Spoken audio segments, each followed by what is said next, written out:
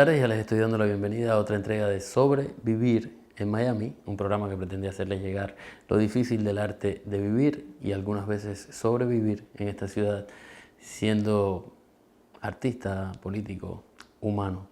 Recuerden que este es un programa que está patrocinado por Jolie Plastic Surgery.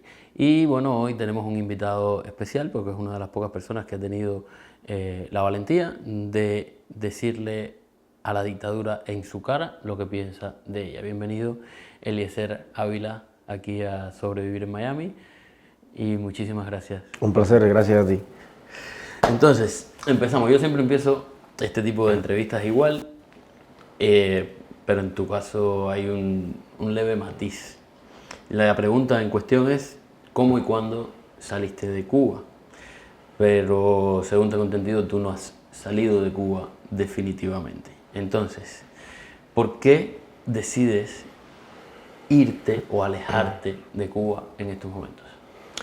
Yo creo que básicamente es un instinto que todos llevamos dentro, tal vez la parte animal que nos queda, que a menudo es la parte contraria a lo que se piensa, más amorosa, ¿no? Un simple instinto de supervivencia, no solo mío. Cuando tienes una pareja, pretendes crear una familia, no puedes dictatorialmente pensar que tus intereses, sean políticos, económicos, los que sean, son los únicos que cuentan. Entonces simplemente mi esposa y yo decidimos por estos meses críticos dar a luz a nuestro primer hijo en el ambiente más seguro que pudiéramos. Pedimos muchos consejos, tenemos muchos buenos amigos que nos dieron su apoyo, sus ideas, y sobre todo había algo muy claro. Una persona que pretenda aportar algo, sea a sí mismo, a su familia, a su comunidad o a su país, sobre todas las cosas necesita ser una persona equilibrada. Y si es posible, una persona realizada, y en cierta medida feliz. De la frustración, la tristeza y el rencor no sale nada bueno. Y para nosotros era esencial lograr en una primera instancia seguir siendo personas objetivas y equilibradas. Y eso no iba a pasar si, desgraciadamente, en el contexto tan difícil que nos estábamos desenvolviendo, llegara a suceder algo con este embarazo y con este primer hijo, ¿no? Entonces, simplemente decidimos tenerlo fuera de Cuba. Valoramos varias opciones, no solamente los Estados Unidos. Y bueno, ese es nuestro plan inmediato y básicamente nuestro único plan. No hemos aplicado a absolutamente nada. Y en el sentido de refugio, de asilo, de este tipo de cosas. Y yo sigo teniendo la misma pasión, el mismo sueño, la misma energía y las mismas ideas que he defendido absolutamente siempre. Entonces, al salir tú de Cuba, ser tú la cabeza visible y más conocida de Somos Más, ¿qué pasa con el movimiento? Técnicamente no debería pasar nada. Somos Más es un movimiento que lo pensamos desde el principio para que no dependiera de una persona. Y es una de las ventajas que tenemos. Y técnicamente no pasó nada. Desgraciadamente, en toda organización compuesta por decenas y decenas de personas, pueden suceder cosas como las que en los últimos tiempos vimos, que algunas personas se separaron del movimiento por unas razones que cambian cada semana. Según se van respondiendo algunas, las razones se van actualizando. En definitiva, se fueron y a veces los cubanos tenemos esto de que si abandonamos un barco y ese barco continúa, incluso si ese barco llega a puerto, básicamente estaríamos haciendo una confesión de fracaso, ¿no? Entonces, si abandonamos el barco, ese barco debe hundirse. Y lo intentamos jalar por el mástil, si no se hunde, pues lo incendiamos por 2 o 3 partes, pero lo cierto es que no puedo quedar ante la historia que me bajé a destiempo, ¿no? Yo respeto las actitudes y las decisiones, las opiniones de todo el mundo, pero para mí lo más importante es que ese barco no se hunda, que llegue a puerto, y para eso dedicaré mis mejores esfuerzos en cada etapa de la vida desde donde lo pueda hacer. La inmensa mayoría de los miembros del movimiento, estoy hablando de 99% en términos numéricos, respaldó y apoyó esta decisión y aparte porque ya coincidía con mi 4º año al frente del movimiento. Y cada 4 años debemos hacer elecciones.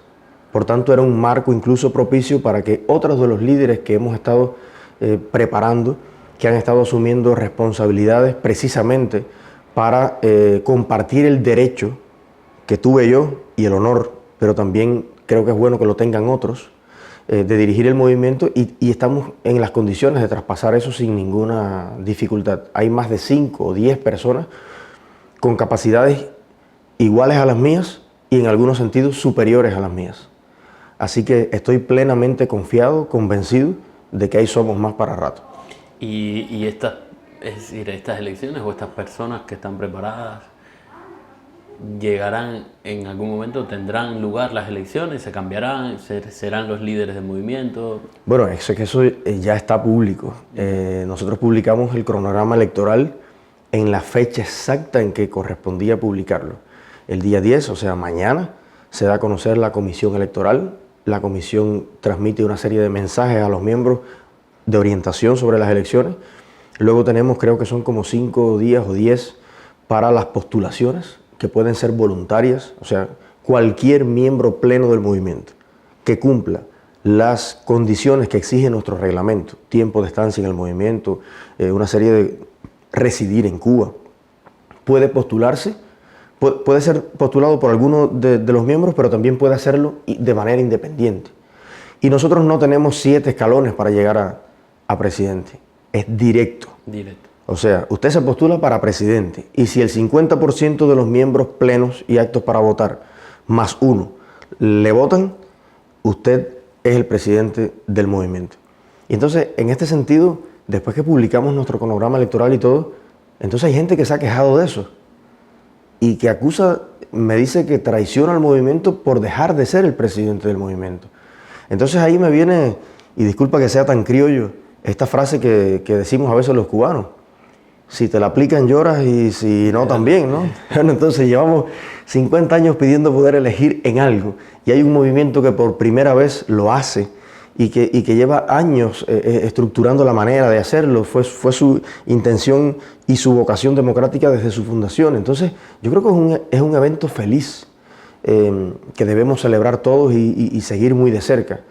Entonces, por mi parte me siento sumamente orgulloso de eso, de haber puesto al menos las primeras piedras de un movimiento democrático que es capaz todo el tiempo de sobrevivir a las condiciones más extremas gracias a esa democracia interna que tiene, aunque algunos opinen lo contrario, es su derecho. Para elegir en el movimiento, tienes que ser parte del movimiento. Por supuesto. Por supuesto. Es decir, de afuera no puede venir nadie ni a postularse, ni a elegir, ni a dar su voto. En tu caso, me acabas de decir que para ser presidente del movimiento tienes que residir en Cuba. Correcto. ¿Tú no te vas a presentar? Primero, yo solamente resido en Cuba. Yeah. Yo solo soy residente, ciudadano y hago política en la República de Cuba. He viajado a otros países, he estado 4 meses y medio en Suecia, por ponerte un ejemplo, y lo que llevo es 1 mes en Estados Unidos. No tengo ningún otro estatus legal. Técnicamente yo podría presentarme. Ahora, si no me presento, que es una decisión muy personal, no depende de ningún estatus migratorio, ni mucho menos. Depende de, número 1, para mí es indispensable que formemos no un líder, sino una generación de liderazgo. Una cosa es teorizar acerca de qué es dirigir una organización. Si usted le pregunta, cada cubano tiene la respuesta de cómo se hace mejor, pero otra cosa es hacerlo.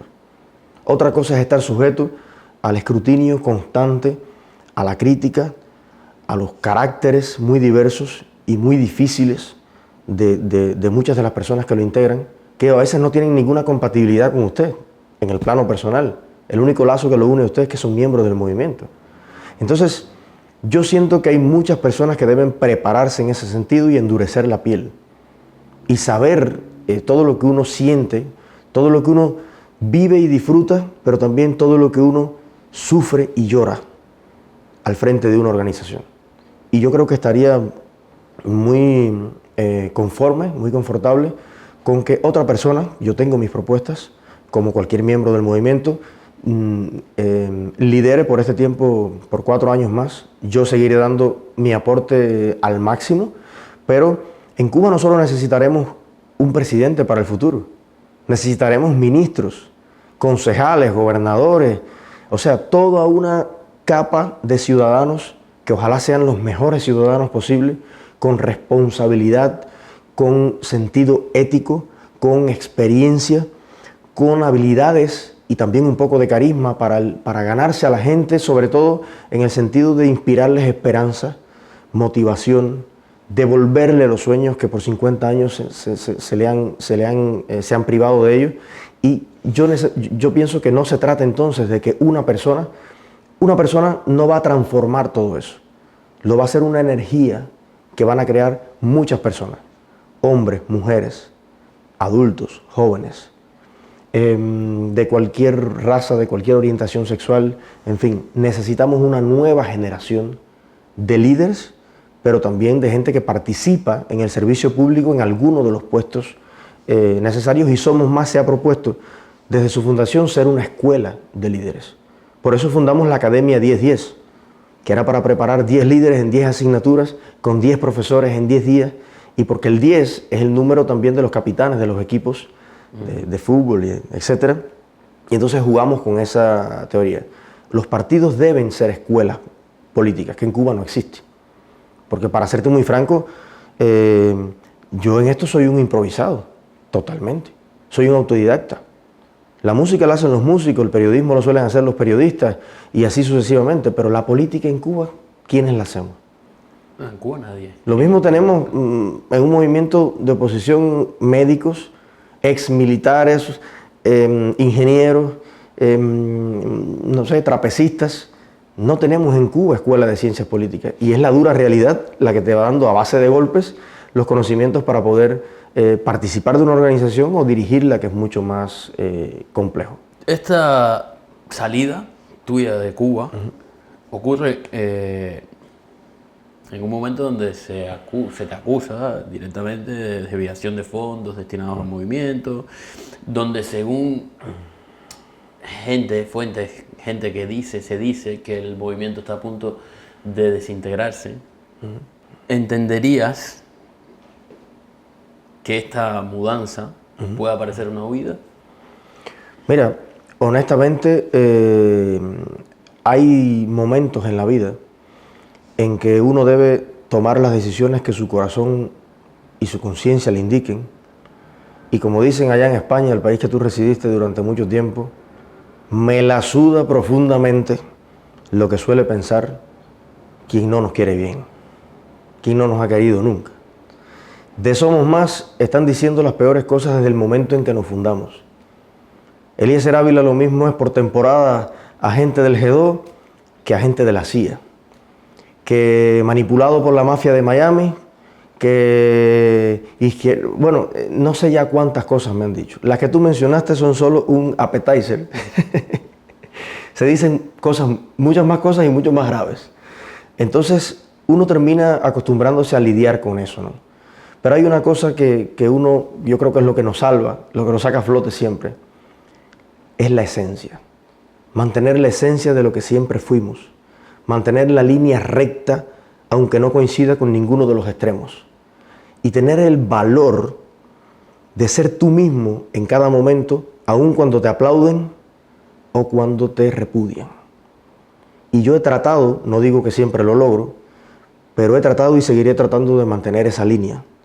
Yo creo que uno es más feliz en la medida en que actúa en la vida desprendido de aquella tentación de caerle bien al 100% de las personas.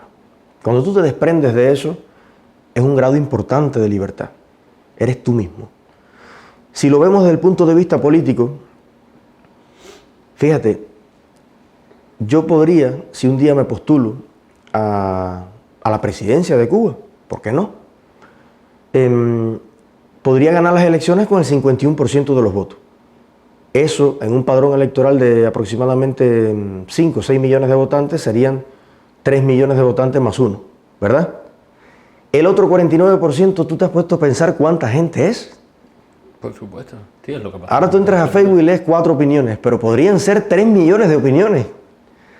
Entonces cualquiera que pretenda hacer carrera política tiene que saber que puede tener millones de personas que te odian literalmente, que no coinciden con tus ideas, con tus postulados, con tu historia, con tu cara, con cómo te vistes. Lo estamos viendo en los Estados Unidos, en muchos países, como la gente, a veces por frivolidades, a veces por cosas serias, pero ese es el país que estamos deseando tener. El país donde la gente pueda elegir. Entonces yo felicito a las personas que me han elegido como una opción política y les mando mi más fuerte abrazo. Pero también felicito, reconozco y respeto a las personas que no me han elegido como su opción política, porque son ciudadanos con ese derecho, con un derecho por el cual yo estoy luchando también. Por eso me siento plenamente conforme con las críticas que tú has mencionado, sin embargo no son ciertas. Y además, en otras ya ha quedado demostrado que no lo son. Juan, que seguro lo conoce, sí, una persona que me llevo muy bien, el otro día estábamos conversando y me decía, te voy a dar un consejo después de trabajar durante ya varios años en medios, y es que nunca respondas a una mentira, porque a las mentiras se responde con trabajo, con constancia, con la forma de ser tuya, y la gente sabrá si es verdad o mentira con el tiempo. Responde solamente cuando digan la primera verdad. Y entonces por eso a veces la gente ve que, bueno, no has respondido a este, no has respondido el otro. Bueno, es que no tengo la necesidad de hacer eso. Si no, no trabajaría en otras cosas, no atendería a mi familia, no vería cómo sobrevivir este tiempo, no aprendería inglés, no me superaría, no leería todo lo que debo leer. Entonces, yo debo hacer mi vida aunque haya personas que estén diciendo de mí las barbaridades que se le ocurran, porque si me dedico a responder eso, entonces me convierto, perdona la analogía, en una especie de Donald Trump, que tal periodista le dijo algo y entonces el tipo se faja con el periodista y se crea una constante dinámica en la que hay mucha gente que gana clips, gana like, probablemente eso le dé un resultado económico, a mí no, yo no me dedico a eso, por tanto, yo tengo unos años limitados de vida, tengo un tiempo muy limitado también y debo escoger muy bien a qué me dedico. Debo escoger muy bien qué leo. Hace poco alguien me pasó, ¿tú no has leído lo que dijo fulano? Y yo le pregunté, bueno, ¿quién es fulano? No, un tipo ahí que dijo en Facebook. Bueno, pero es que imagínate que yo tengo pendiente leerme una pila de libros de Padura. Tengo una serie de libros de Vargas Llosa, Conversaciones en la Catedral, lo tengo al lado ahí de la cama. Tengo una cantidad de clásicos que me gustaría beber de ellos. Yo no puedo leerme todo lo que escriba cualquier persona, porque es una pérdida de tiempo. Entonces, yo siento que para mí, en mi vida personal, esto es un asunto totalmente superado. El que quiera prolongarlo y tenga tiempo para eso, pues hágalo, le deseo la mejor de la suerte. Pero honestamente hace varios días, casi 2 semanas, que no me entero de absolutamente nada de eso. Yo no marcho con corruptos. Frase célebre tuya. Que creo que además te vas a arrepentir de decirla toda tu vida. Digo, no sé, porque por la cantidad de veces que te deben haber preguntado esto. ¿A quién te referías exactamente? ¿A Rodile? ¿A las damas de blanco? ¿A los agentes de la seguridad del Estado que hay en cada organización? ¿A quién? Mira, yo en ese minuto no me refería exactamente a alguien específico. Era con 2 personas que yo estaba intentando hablar, ¿no? Y estaban atacándome en ese momento. Ellos se molestaron porque yo les llamé corruptos. No eran ni Rodiles ni era nadie de eso. Pero si ustedes ven lo que ellos me estaban diciendo a mí, yo era un niño de teta al lado de eso, ¿no? La gente decía, ¿pero por qué tú le llamas eso? Bueno, ¿y por qué ellos me llaman a mí hijo de puta? Cómplice de los Castro, cómplice de los asesinos, bueno, cosas increíbles que estoy seguro que ellos tienen menos pruebas para decirme a mí absolutamente. Y entonces fue en el calor de esa discusión que les dije eso, porque además estaba rodeado de algunas personas que me estaban diciendo, caramba, pero ese fulano, si ese tipo tal, y qué sé yo. Y entonces simplemente me salió y al final me he dado cuenta de que volviendo a la reflexión que estaba haciendo antes, es una estupidez total uno ponerse bravo con ese tipo de cosas, de momento ya tú caes en un combate, en un conflicto que en mi caso, cada vez que yo descienda a la chusmería, siempre voy a perder, porque no tengo práctica en eso. A mí cualquier persona me puede ganar una discusión solamente a base de falta de escrúpulos, porque no me desenvuelvo en ese ambiente, no lo he vivido en mi familia, no lo he vivido en mis relaciones humanas, tengo relaciones de amistades de mucho respeto, de mucha integridad. No lo viví en mi círculo de estudiante, no lo viví en mi círculo laboral. He sido una persona que he tenido, gracias a la vida, un ambiente sano en el cual me he desenvuelto. Entonces, cuando alguien me ataca con esa brutalidad, generalmente puedo cometer cualquier desastre técnico porque no lo sé hacer. Yo no sé discutir en esos planos. Y el entrenamiento que he tenido en toda esta etapa, que la política me ha llevado a eso, es a regresar a la calma, a regresar a la esencia de la que te hablaba y discutir las cosas que merecen la pena discutirse. Tengo la firme convicción, el firme propósito de no caer en ningún tipo de chancleteo con nadie en los 80 años que me quedan de vida, porque yo quiero ser del club de los 120 por lo menos, y ojalá lo logre, ¿no? Pero bueno, esas son cosas que forman parte del aprendizaje de esta vida en la que una persona a sus 32 años en el campo de la política no está finalizando su ciclo, sino empezándolo, ¿no? Vale, pero en aquel momento creo que estabas hablando creo que a las dos personas que te refieres, creo que una es Liu Santiesteban. No, tampoco. No. Liu cogió un pedacito del video y lo puso. Pero ahora que lo mencionas, mira, yo creo que esto es un ejemplo de lo que debe suceder en política. Liu y yo no nos conocíamos personalmente. Ella tenía referencias sobre mí y yo tenía referencias sobre ella. Y esto es muy peligroso, conocer a las personas a base de referencias que te dan otros. Pasó el tiempo y pasó, volaron unas cuantas águilas sobre el mar y se dio la oportunidad de que nos conociéramos ahora en este evento de internet. Intercambiamos no más 5 minutos y nos dimos cuenta que teníamos una cantidad de cosas en común tremenda, que teníamos ideas y que teníamos sueños, que podíamos colaborar y actualmente pues tenemos una respetuosa amistad y un deseo de colaboración en varios aspectos. Yo creo que esto es un ejemplo de lo que debiera suceder entre millones de cubanos. Que lo que nos separa muchas veces es que yo no sé lo suficiente de cómo eres tú o cómo piensas tú y tú tampoco sobre mí.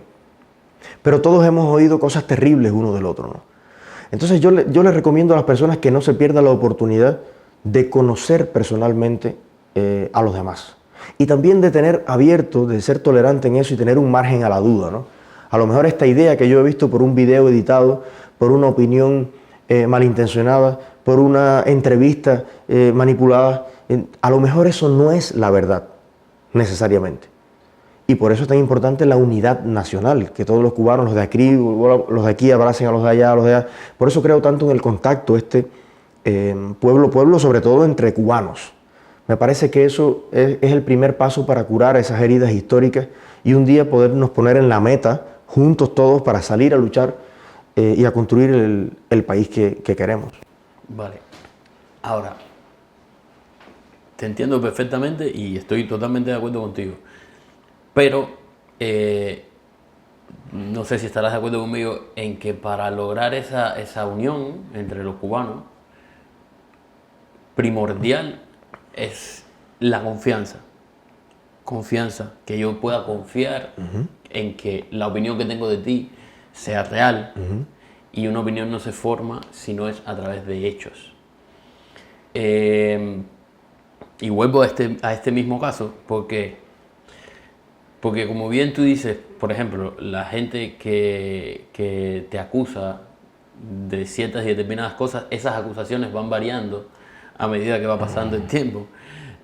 Con respecto a este hecho en específico, hay un punto oscuro, por lo menos para mí.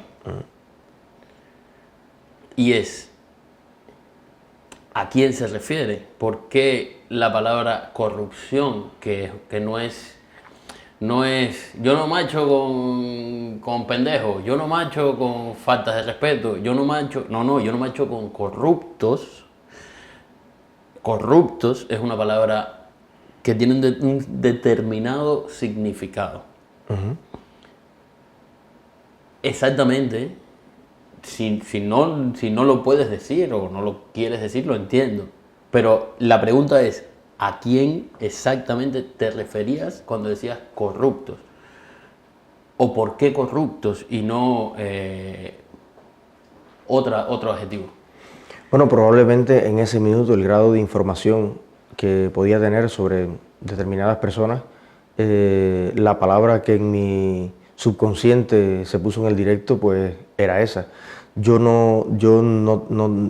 Una cosa es tener una opinión, otra cosa es hacer una acusación. Yo no soy tribunal, yo no soy juez, yo no soy perito investigativo de determinadas cosas, pero sé que en todos los grupos políticos, sea de oficialismo, sea de oposición, hay de todo. Conozco personas sumamente íntegras en la oposición cubana y conozco algunas que no. Y te repito, eso forma parte de todo grupo político. Hay cosas que para mí son sumamente... Eso pasa como de todo grupo humano. Un grupo humano, para mí son admirables muchas personas y otras que no. Ahora, no es mi intención, me acojo al derecho de no decirte, mira, yo creo que esta persona es así o que la otra es así. Pero en el momento también yo creo que no había que haber, si yo digo yo no marcho con, vamos a decir, abusadores de animales, bueno, si usted no es un abusador de animal, no me estoy refiriendo a usted. Entonces no hay que coger el sayo y ponérselo, tampoco, ¿no? Bueno, yo no marcho, yo creo que la mayoría de las personas no quisiera marchar con corruptos. No quisiera hacer nada con corruptos. Claro. Entonces, bueno, pues es una frase realmente muy natural, ¿no? Ahora, te repito, no tengo la intención de acusar a nadie en ese sentido, precisamente porque probablemente yo no tenga todos los elementos, como tampoco los tienen todos los que tal vez me han acusado a mí de tantas cosas, ¿no? Entonces, te repito, eso sucedió hace varios años ya y me llevo, ¿no? el aprendizaje de que, bueno, si has notado en toda la historia política que ha pasado, he evitado juzgar a las personas en eso, porque también la vida me ha demostrado de que es muy impreciso en lo que nosotros podemos conocer de una persona en un momento determinado y a lo mejor 10 años después te das cuenta de que no era así, o que también las personas son multidimensionales. Tú puedes meter una pata tremenda en un momento determinado y 5 años después puedes salvar la nación. Por eso no debemos tampoco aplicarle la guillotina a la gente cuando comete un error, cuando tiene una actitud determinada, porque si nosotros analizamos incluso a Mandela, a Gandhi, a Felipe González, a tanta gente que ha hecho del mundo un mundo mejor, tú miras que la historia de su vida está llena de puntos oscuros de lo que tú mencionabas.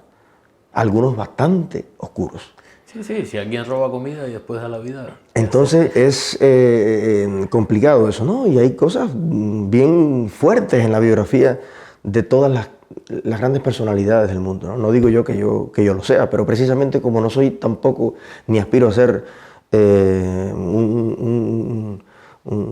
referente mundial de nada, soy una persona que he dicho en muchas entrevistas que probablemente haya violado 7 o 8 de los 10 mandamientos, ¿no? Soy un ser humano bastante defectuoso que simplemente trata de ser un poco mejor cada día. Si la libertad de Cuba o el deseo de desbaratar, destruir, desaparecer a la tiranía es lo que une a todos los movimientos opositores, ¿qué es lo que los separa? ¿Qué hace que lo que los une no sea lo suficientemente fuerte? Bueno, nos une probablemente eso, y que somos cubanos, 1 o 2 o 3 cosas, y nos separan cientos de cosas. Lo esencial, un aparato enorme de seguridad del Estado que no por repetirlo pierde importancia. Porque cuando uno siempre dice lo mismo, la gente dice, bueno, este siempre está diciendo que la seguridad del Estado... No.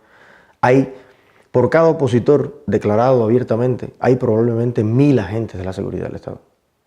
Numéricamente comprobado. Y esa gente se levanta todos los días muy temprano y se acuesta todos los días muy tarde viendo cómo nos separa.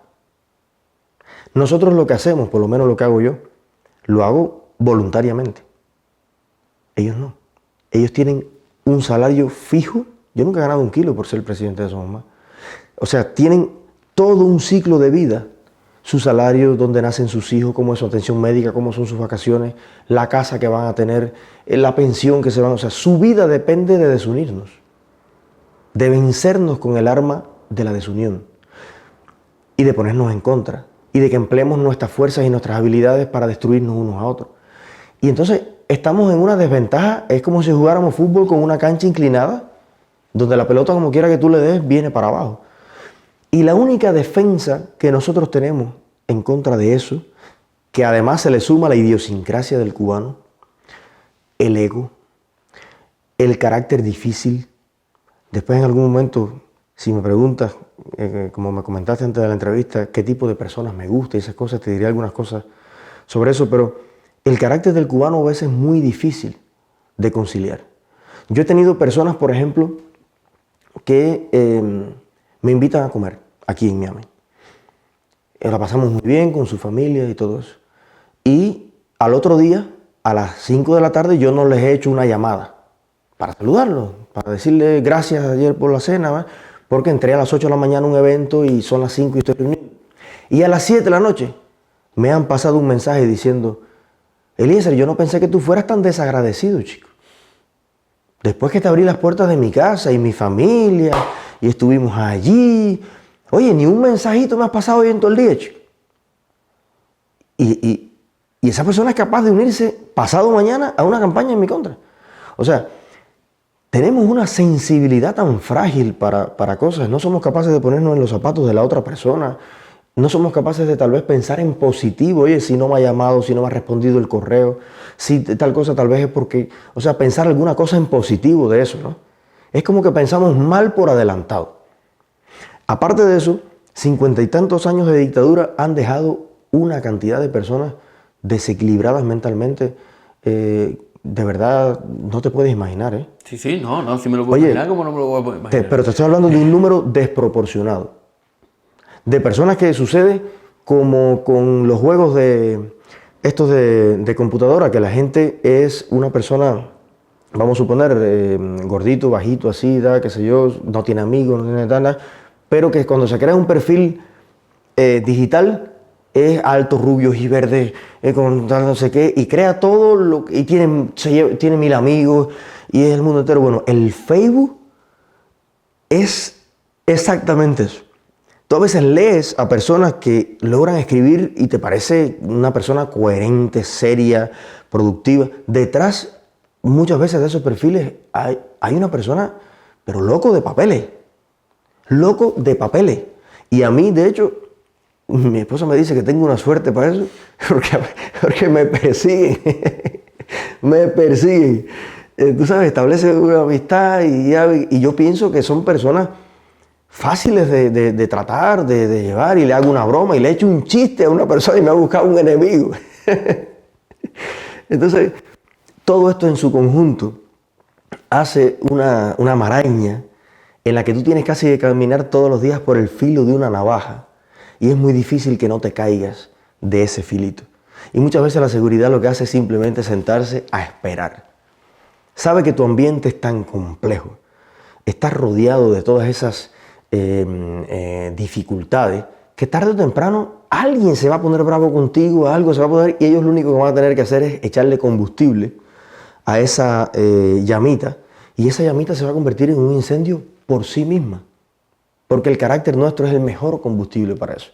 Entonces, respondiendo concretamente a tu pregunta, la única defensa que podemos tener los cubanos, todos, no solo los opositores, porque en cualquier centro de trabajo en Cuba llega una misión al extranjero y es la misma jodera. Incluso dentro del MINREX y dentro de las empresas del Estado y dentro del gobierno cubano, yo me sé una cantidad de chisme y de gente que este no le habla a aquel, que el otro no te quiere, puede ver al hijo del otro, que la madre de este no puede. Eso es la sociedad cubana en general y nosotros somos un producto de esa sociedad. La única defensa que tenemos es mejorar cada cual como ser humano. Mejorarte a ti mismo, que es el único que tú puedes cambiar. Si creamos una nueva generación los que vamos a ser padres, los que somos padres en este momento, creamos hijos desprejuiciados de toda esa alerta que levantamos siempre contra otras personas, si creamos personas más sanas de pensamiento, capaces de comprender, más tolerantes, yo creo que estamos creando la oportunidad para que se recupere nuestra nación. Pero si aspiramos a cambiar a una persona de 70 años ahora mismo y decirle que tiene que transformarse en otro ser humano, no va a pasar. El cambio generacional tiene que jugar un papel en eso y tenemos que ponerle intención política, intención humana y espiritual a ese asunto. Transforme usted a su familia y probablemente esté transformando indirectamente a la nación. Y según ese análisis, ¿le ve futuro a ese cambio? Futuro real, futuro palpable, que yo lo pueda ver. Yo tengo 41 años. Ojalá, yo tengo 32, siempre digo que estoy en el primer tercio de mi vida. Si ya desde ahora asumo que no va a ser posible, entonces es seguro que no va a ser posible. Si a pesar de lo difícil que es, me imagino ese futuro, creo en las capacidades que tenemos para construirlo, entonces probablemente la estadística apunte a que sí lo podamos hacer. Yo quiero vivir firmemente convencido de que los cubanos podemos construir el país que soñamos. El país que tiene todas las condiciones para ser de primerísimo mundo, con una calidad de vida envidiable y con una libertad digna. Yo estoy firmemente convencido de que lo podemos hacer y no voy a dejar de intentarlo hasta el último momento de mi vida. Si desde ahora pienso que no, entonces me dedico a construir otra realidad. Tengo todas las herramientas también para hacerlo. Y entonces a miles o a millones nos pasa exactamente lo mismo. Y los que le conviene que no hagamos nada, pues estarán felices entonces de quedarse en su finca gobernando esclavos toda la vida, ¿no? Así que no nos queda de otra que al menos, si no lo eres, pues lo finges, pero intenta ser optimista.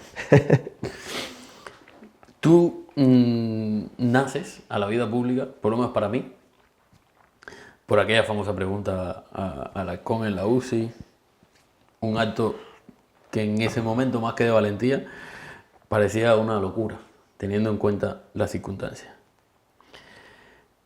En mi época, por muchísimo menos, te desaparecían directamente.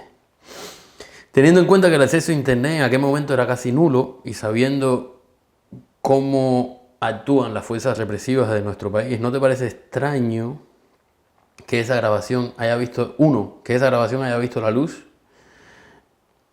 de la manera que la vio? 2, que tú estés aquí hablando conmigo no sé cuántos años después de haberse permitido formar un movimiento que hasta ayer era la gran esperanza blanca para los amantes de la democracia en Cuba. Las preguntas son: ¿por qué crees tú que ese video, primero, por qué tú crees que ese video haya salido a la luz? Bueno, imagínate que... Eso era una reunión interna. Sí, pero imagínate tú que han salido a la luz videos, lo mismo de Díaz-Canel. También, sobre eso también tengo mi teoría. Mira, yo sobre eso solo puedo tener teorías. Teorías, estamos ahora, teorizando. El mundo actual que estamos viviendo después de que en Cuba llegaron los celulares y cierto internet y todo lo demás, yo creo que cada vez es más difícil que el gobierno logre controlar ese tipo de videos. Yo creo que si tú buscas en la red, todos los días sale algún video de Cuba que hace 5 años o hace 10 años no podríamos verlo. Claro, pero ¿en qué época fue eso? Eso fue el año 2007, sí, 2008. La UCI era una universidad interconectada con el mundo. Y lo que yo tengo entendido es que fue una de las personas que trabajaba en UCI TV, un muchacho, que sacó el video y lo empezó a repartir a la gente. Pero fíjate, lo pudo haber hecho cualquier estudiante de la UCI porque el video estuvo publicado en la red interna creo que como 24 horas. Cualquiera podía haberlo descargado y llevárselo. Eso sucedió creo un jueves, vino el viernes que estuvo el video publicado y el sábado era fin de semana y se iba todo el mundo para la casa. O sea que ¿quién pudo haberlo hecho? Cualquiera. Tú podías entrar al video, a UCI TV, una herramienta muy sencilla, descargabas tu video por una memoria flash y te lo llevabas para tu casa y empezaba a correr de familia en familia, que fue así como empezó hasta que llegó a los medios, ¿no? Así que no es tan complicado por lo menos ese video que estuvo publicado para todo el mundo en la red por 24 horas, yo creo que incluso no lo sacó una sola persona, sino que fue una bola de gente que vieron eso y dijeron, déjame llevarle esto para que mis papás lo Claro, vean. por supuesto, si como me lo estás contando, es hasta fácil. Sí. Lo que pasa es que conociendo cómo funcionan las fuerzas represivas, yo te voy a hacer el cuento que hubiera pasado en mi época. No en la UCI. Yo me levanto cuando estaba en la secundaria a decir, señor, vamos a hacer una pregunta aquí a este, y es una pregunta así. A mí me desaparecen. Si hay un video de eso, lo desaparecen. Por tanto, haciéndome tú el cuento, inclusive me parece más hasta una estrategia, no sé con qué objetivo, porque no lo sé, de esto va a pasar, esto pasa, voy a grabarlo, voy a dejarlo aquí 24 horas para que lo descarguen, que es tan fácil de descargar, y no voy a plantear, porque no voy ni siquiera a decir que está prohibido descargar este video. Bueno, si fue una estrategia, le salió muy mal, porque ese video, a mi juicio y a juicio de mucha gente que a lo largo de los años ha analizado el impacto que ha tenido, ese video le costó prácticamente la carrera política a varias gente. Ese video despertó un debate nacional sin precedentes, porque luego, ¿te recuerdas que para sacar presión de la válvula hicieron ese proceso de que todo el mundo dijera lo que el criterio de lo que quería cambiar, un proceso como de rectificación, pero que fue una consulta en todos los centros de trabajo, en todos los lados, y la gente lo que se desplayó y dijo ahí, inspirada, claro, un poco, y todo el mundo dijo, ¿cómo dijo el muchacho de la UCI y tal?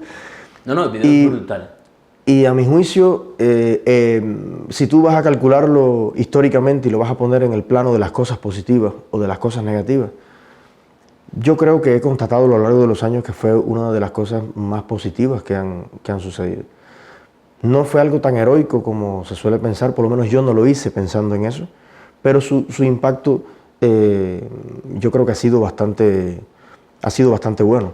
Ahora, lo otro es que, fíjate, yo pienso que la gente del partido que estaba allí, que eran los que debieron dar la orden de borrar ese casete, que tal vez el que lo puso porque no le dieron la orden, porque alguien pensó que ya otro lo había dado, ¿no?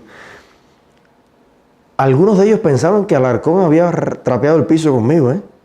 Acuérdate que ellos, depende del punto de vista en el que tú mires las cosas. Y entonces uno que era del partido en ese momento me llamó y me dijo, bueno, vaya, ya tuviste que Alarcón te respondió todo con una brillantez, como son nuestros líderes de la revolución. Y entonces ellos pensaban o sea, ellos están tan atrofiados en su mente que creen que ven una realidad, ven un color donde hay otro. Y cuando salió el video y vieron la reacción, que era totalmente contraria a eso, no, aguanta ahí, que parece que no es tan así, ¿no? Pero ellos se sentían satisfechos de las tonterías que había dicho Alarcón en ese momento. Entonces, teorías pueden haber millones. Yo prefiero no volverme parte de la teoría de la conspiración. A mí todos los días, a mí me han llegado correos que dicen que Obama llegó a América a destruir Estados Unidos. Y que Obama es de ISIS. Y que, y que Osama Bin Laden, tú sabes que no lo mataron nada. Te vas a creer eso, ¿no? Y si nos ponemos con la zona 51 y hacer, hay misterios detrás de todo, no sé. O a veces no lo hay y lo creamos nosotros. Yo prefiero no usar el tiempo en eso exactamente, pero lo cierto es el hecho, ¿no? Ahí está, tiene una repercusión determinada. A mí me cambió la vida. Me han dicho mucha gente en las calles de Cuba que a ellos también le cambió la vida. Y yo prefiero creerme eso sanamente, que el hecho de que fue algo bueno, y eso me inspiró para hacer mucho más en ese sentido. En ese momento ya tú tenías la idea de crear un partido, o ya estabas en desacuerdo con las circunstancias, o simplemente fue una pregunta de joven revolucionario, por decirlo de alguna manera, que consciente con que hay que cambiar ciertos aspectos de la realidad de la sociedad en la que se vive. Yo estaba en desacuerdo con varias cosas y, como todo joven que empieza a madurar desde el punto de vista de sus ideas, porque fíjate que la universidad suele ser ese momento. Antes era un niño, antes legalmente probablemente no podía ni hablar de política. O sea, y estaba en ese momento del conflicto moral al que uno se enfrenta cuando ve un discurso por un lado y ve una realidad totalmente distinta por otro, ¿no? Yo asumí la responsabilidad de irme por la realidad, por lo que yo estaba viendo. Y por eso dije todas esas cosas. En el momento todavía no tenía los planes ni estaba claro qué iba a hacer yo en el futuro, ¿no? Eso lo decidí después al ver, sobre todo, el apoyo que tuvo esos planteamientos. Me di cuenta de que millones de cubanos pensaban igual que yo y qué mejor entonces que hacer algún tipo de proyecto que diera la oportunidad de participar para cambiar esas cosas, ¿no?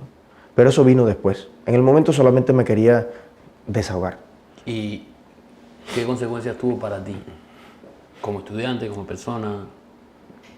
Me imagino que por lo mínimo te tiene que haber llamado y haberte dicho, ¿te volviste loco o qué?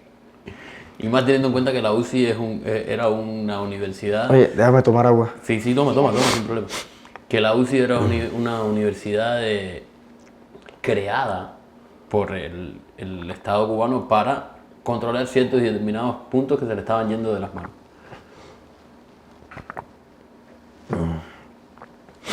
Catarro, me tiene fundido. Mira, déjame darte una sugerencia. Porque sobre lo que pasó en la UCI, Alarcón y qué sé yo, que es el 1% de la historia política de lo que ha pasado, hay una cantidad de entrevistas donde se explique eso con calma. No creo que sea el valor agregado que yo me preparé para hacerte muchas más confesiones, de más cosas que sean realmente nuevas, que sean de actualidad. Y de lo humano que me habías dicho, de los campos de Cuba, de las familias, del que se acuesta con la chiva, de cuál es la historia que hay detrás de ese pensamiento y de muchas cosas.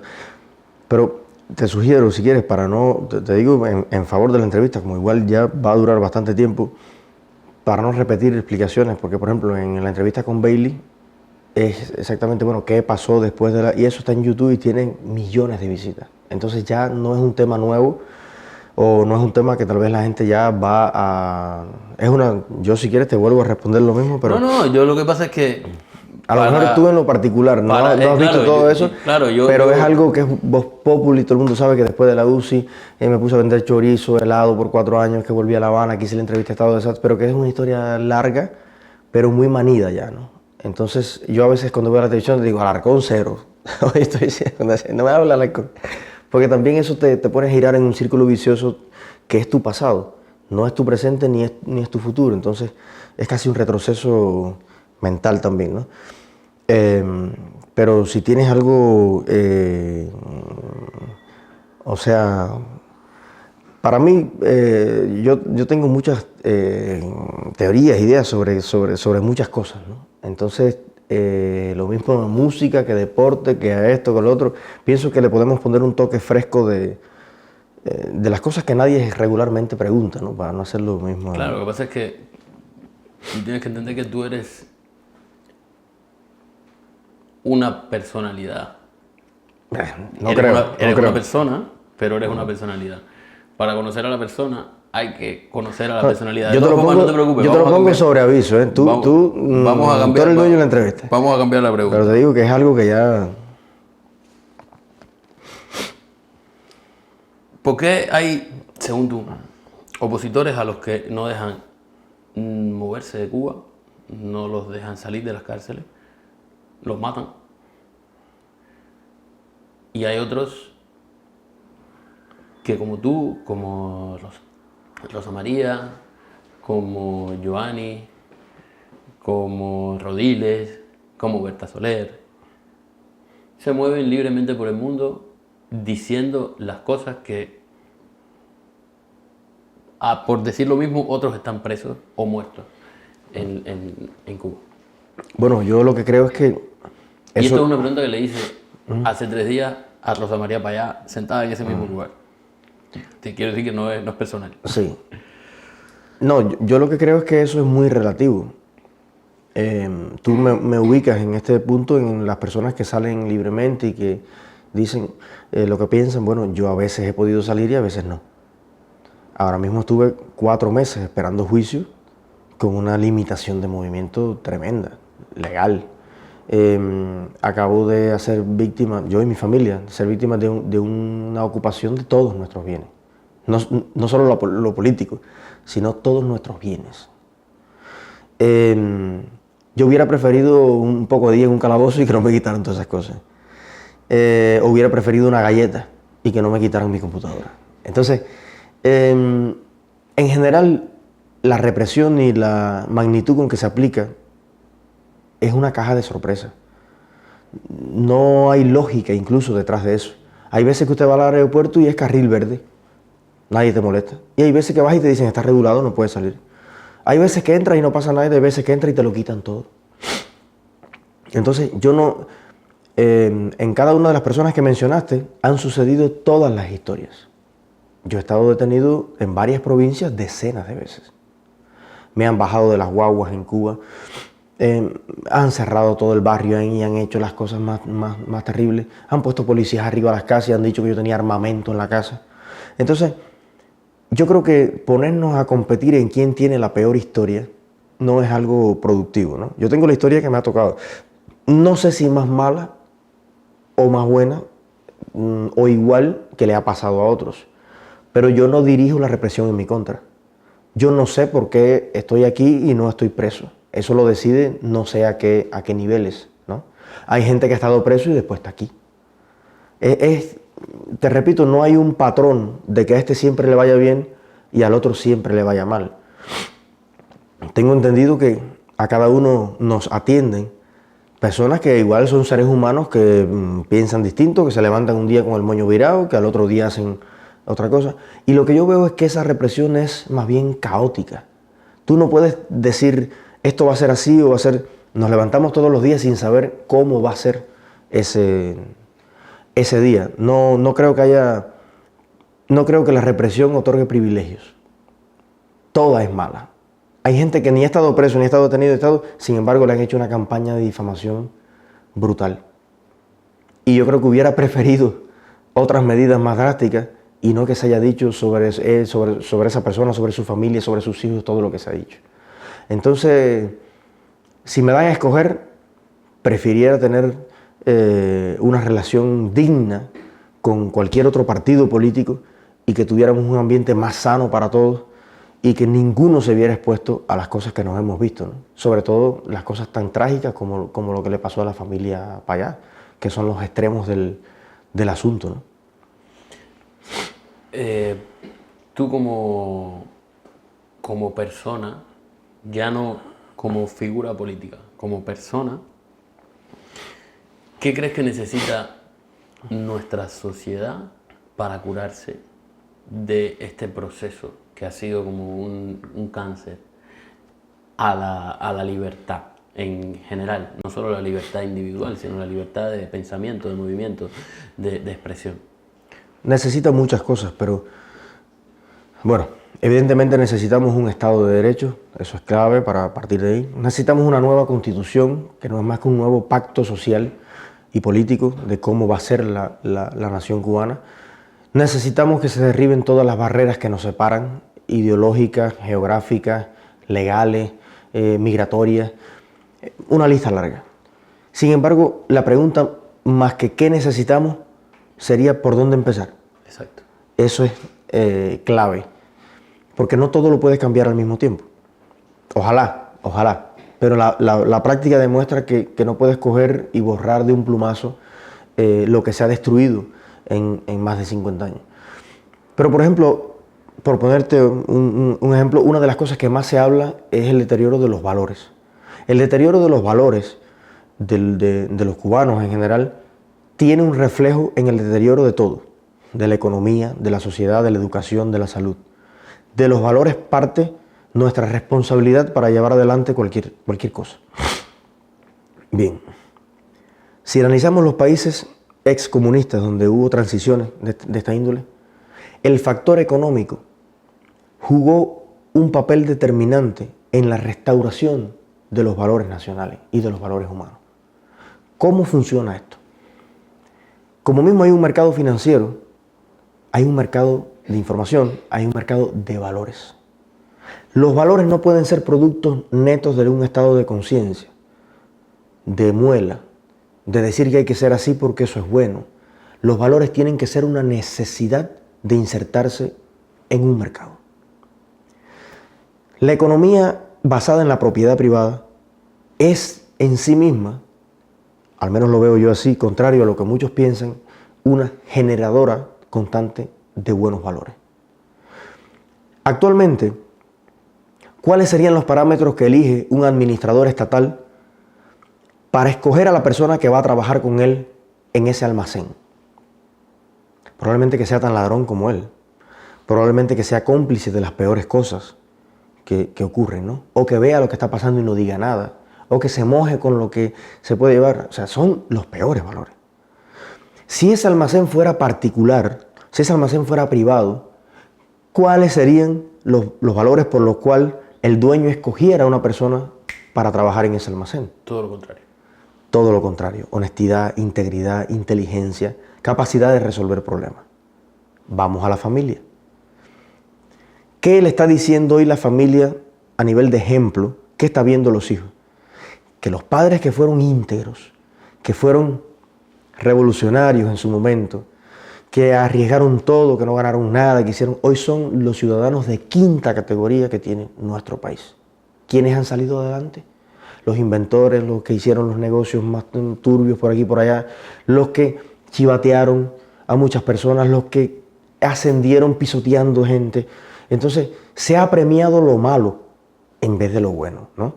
Ahora, en una sociedad donde lo que prima es la propiedad privada, ¿cómo debería educar ese padre a su hijo para que tenga competitividad y pueda sobrevivir en ese mercado?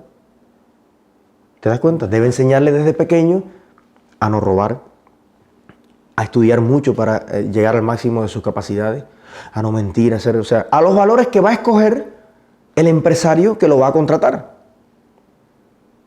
¿No has notado que a veces los peores de tu barrio llegan a los Estados Unidos? Algunos es verdad que se dedican aquí a estafar el crédito y a hacer determinadas cosas, pero no es la generalidad. Al menos en mi experiencia, personas que en Cuba hacían cualquier tipo de invento cuando llegan aquí y regresan a Cuba, paran en todos los stops. Son personas que han evolucionado de una manera positiva en un mercado de valores que es distinto. Un mercado de valores que, bueno, en la medida en que subes y es más Estados Unidos todavía, te das cuenta de que es más rígido, más conservador el estado de valores. Entonces, yo pienso que desde lo económico, contrario a lo que muchos predican, desde el emprendimiento también se está sembrando una semilla para la restauración de los valores de los cubanos.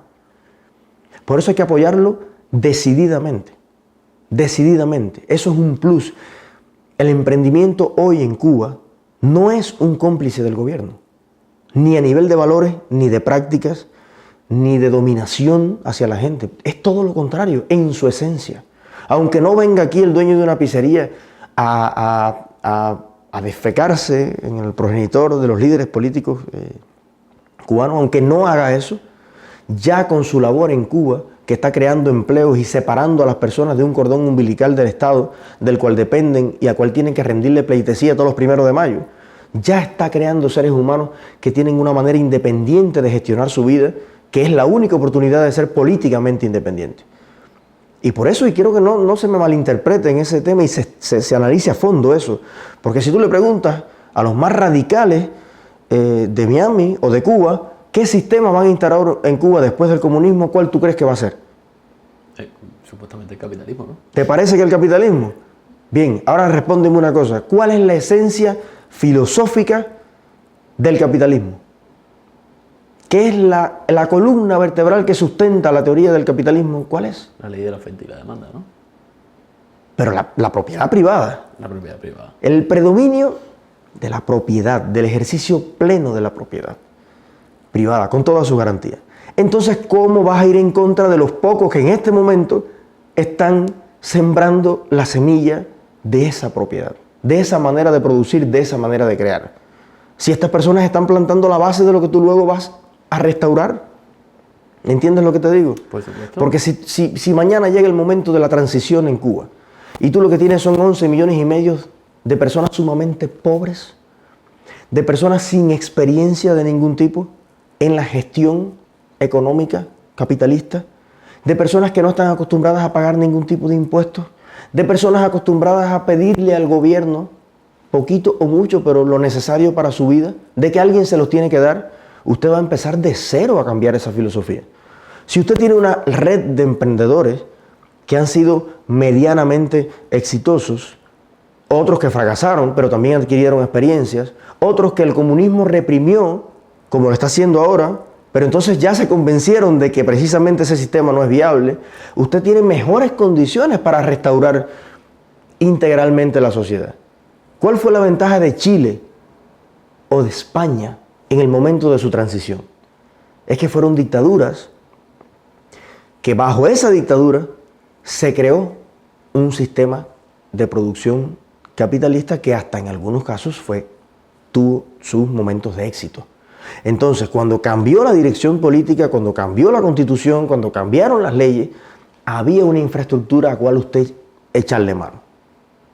Ahora, es distinto en el caso tal vez de Rusia, por ejemplo, donde con una inmensa cantidad de militares, como los tiene Cuba también, 2 millones y pico de militares, lo que nos conviene es que se jubilen militares y que se pongan a hacer algo productivo, a vender pizza, si quieren. Porque entonces toda esa gente, ¿qué es lo que va a hacer? ¿Mafias? ¿Qué es lo único que saben hacer? Disparar, crear pandillas, manejar el narcotráfico, que es un tema para otra entrevista.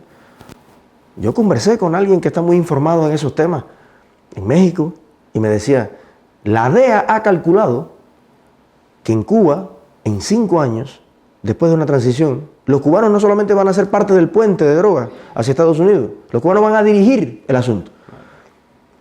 Y créeme que en una situación de una sociedad desesperada económicamente, empobrecida totalmente, los zares de la droga también se pueden instaurar con una facilidad tremenda y después que usted arme a 10 pandillas en La Habana, eso no hay quien lo controle. El mercado de armas, el mercado de todo eso. Entonces, tenemos que pensar desde ahora con una responsabilidad profunda sobre ese cambio y las cosas que desde hoy nos pueden garantizar al menos una pequeña base de dónde partir, una pequeña referencia de éxito. ¿Cuál es la referencia de éxito que tiene el cubano en más de 50 años? ¿Quiénes son las personas que en Cuba han sido importantes? Los lacayos del gobierno, los generales, los tipos que han hecho, esos son los que se les da bombo y platillo. ¿Qué espacio tienen en la opinión pública, en los medios en Cuba, los emprendedores exitosos? Ninguno, porque el gobierno no quiere crear una referencia de éxito distinta. Y es la referencia de éxito que tenemos que crear nosotros, que ser exitoso en la vida no depende de cuántas personas eches para adelante, no depende de cuánta fidelidad a un partido o a un gobierno, depende de lo que seas capaz de crear con tus propias manos. Y eso nosotros tenemos que crear esa percepción, apoyando a los que hoy, a pesar de los pesares, están creando empleo y están sacando a su familia adelante, están creando algún bien o servicio que finalmente le va a ser muy positivo a la sociedad. A eso me refiero cuando digo apoyemos decididamente a nuestro sector de emprendimiento, que algunos lo interpretan como que yo quiero que entre más dinero para los Castro. Señor, los Castro le entra dinero por todos lados. Hay emprendedores o no hay emprendedores en Cuba. ¿Tuviste la cifra que le condonó Rusia de la deuda externa a Cuba? Siria, Irán, países petroleros con unas riquezas incalculables, tienen a Cuba como un aliado geopolítico estratégico y nunca van a dejar que lleguen a cero en el bolsillo. Yo creo que durante más de 50 años las familias poderosas en Cuba han acumulado capitales que son incalculables. No son ellos solamente los que necesitan a lo mejor indirectamente, se benefician de algo, pero no podemos apretarle el cuello a la gente con el fin de no beneficiar a los que están beneficiados de toda la vida. O sea, la vida del hijo de Raúl o de los hijos de Vidal no va a cambiar porque colapsen los emprendimientos en Cuba. Los de ellos sí van a funcionar. Y te digo algo importante, que la gente no lo está mirando. ¿Quiénes tuvieron el privilegio siempre de hacer negocios en Cuba? Los hijos de las familias reales, ¿verdad? Lo que ha pasado en este momento es que con la ayuda de su familia del exterior, con el intercambio y con muchas cosas, hay otras personas, lo que es nuevo es que otras personas también están entrando a competir. El hijo de Fidel tiene su restaurante, probablemente, pero también un tío mío que fue de misión a Venezuela invirtió su dinero en eso y allá en Puerto Padre tiene otro restaurante. Antes, ¿cuál existía? El del hijo de Fidel solamente, que era el que podía tener los papeles legales para poder hacer eso. Entonces, ¿qué tú prefieres? ¿Que solo sigan ellos teniendo los negocios, las Harley Davidson para pasear turistas, el hijo del Che y el otro qué sé yo? ¿O que también la gente del pueblo, que no es militar, ni es general, ni es nada de eso, pueda también intentar competir económicamente? Entonces aquí estamos escogiendo entre lo malo y lo peor. No hay una solución perfecta para ese asunto. Pero lo que se propone a veces de este lado, que es retroceder en todo lo que se avanzó hasta ahora en términos de relaciones con Estados Unidos y demás, yo creo que veo cosas y afirmaciones que son carentes de todo análisis, de toda objetividad, de toda matemática en ese asunto. Aparte, si usted es político, yo pienso que en algún momento a usted le interesará que a algún cubano a usted le caiga bien. Para decírtelo así sencillamente, ¿no? Usted poniéndose de acuerdo con otras personas para que aumenten las sanciones. Bueno, a los militares, al GAES y a todo eso me parece perfecto, me parece muy bien. Pero es que eso viene acompañado de otro conjunto de cosas que hoy ya está afectando a nuestras abuelas, a las familias cubanas que venían a ver a sus nietos y no han podido hacerlo. Y está afectando a la gente que está también tratando de sacar adelante, está afectando al paquete que está llevando información a Cuba, está afectando todas las esferas de la sociedad. Entonces usted tiene que ver bien hasta dónde usted legisla, qué es lo que usted hace, porque finalmente usted se está convirtiendo en un enemigo más de los cubanos. Y los cubanos lo están viendo así. No importa sus intenciones. Hay gente que dice, bueno, pero es que finalmente la intención es que se caiga. Sí, pero es que la política funciona también con el pan diario de cada día. Y si usted va con ese discurso y pretende ganar unas elecciones en Cuba, no coge un voto no coge.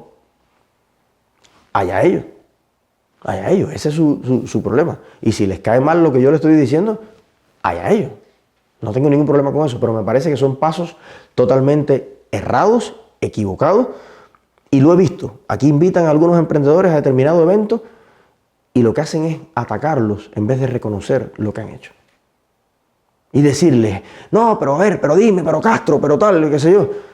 Bueno, eso también tiene que ser una elección de la persona.